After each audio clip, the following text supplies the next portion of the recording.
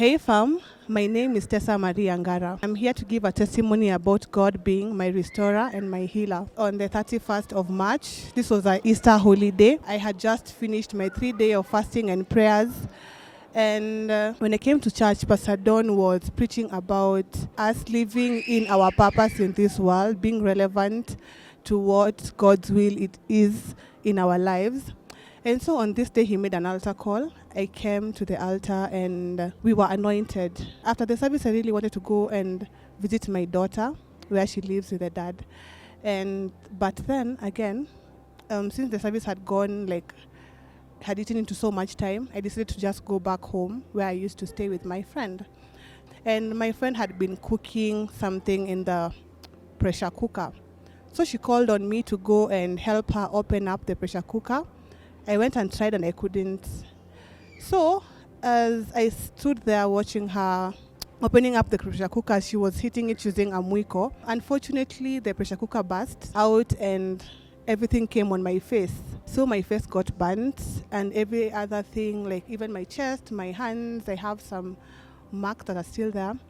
And I remember on that day when my face got burnt, I quickly and very fast burst into prayers because I always put God first in everything that I do. So I called my cousin and told her, yo, guess what? My face has been burnt. So we actually do need to pray. We started praying with my two cousins and one friend of mine. So as we were praying, I posted in my Crosspoint group that I had just burnt my face for anybody who might have been a doctor to tell me what I'm supposed to do as first aid before I went to hospital. Many people reached out and they told me to just pour cold water on my face. But then my friend's mom came in and told me, other than just pouring water on my face, I should put flour on my face. So they took maize flour and put it on my face. And at that point, my face had started swelling and it was dripping some fluid. So this flour was sucking into my skin, sucking the fluids.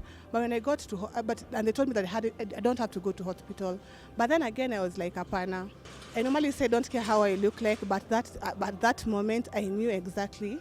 I really cared about how I looked like. So I quickly rushed to hospital on a motorbike.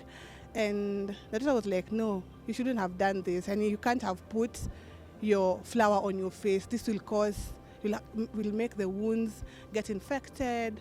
So the first thing they did was trying to wash out the flour. And I remember on this night, my face was so swollen and it was so painful. No painkiller that I was given was even helping me out. So I had to sleep with ice packs around my face. At this point, I was so sure that I would never be the same. Honestly, I was a little bit afraid. But then again, when I went to, my cousin told me to take an Uber, and I went to her place. And she was like, whatever you need, if we have to blend your food for you, we'll do that until you actually get better. And she took good care of me. And I remember my face was so tight. My nieces were also staying away from me because of how I was looking like. And I remember the doctor saying it would take me a month before I actually got better. But I thank God it was just 2 weeks. After 2 weeks, everything had cleared out, apart from a little bit of a scar around my eye that makes me look like Prince Zoku from Fire Nation. But everything else went well, and within 2 weeks, my face was restored, and I couldn't be more thankful to God. And I remember during this time I was supposed to take my certification examinations, but then again, I was not able to, and it was sponsored.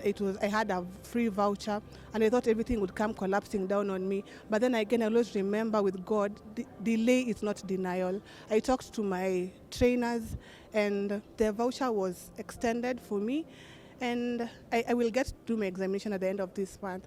So with God, delay is not denial. Thank you.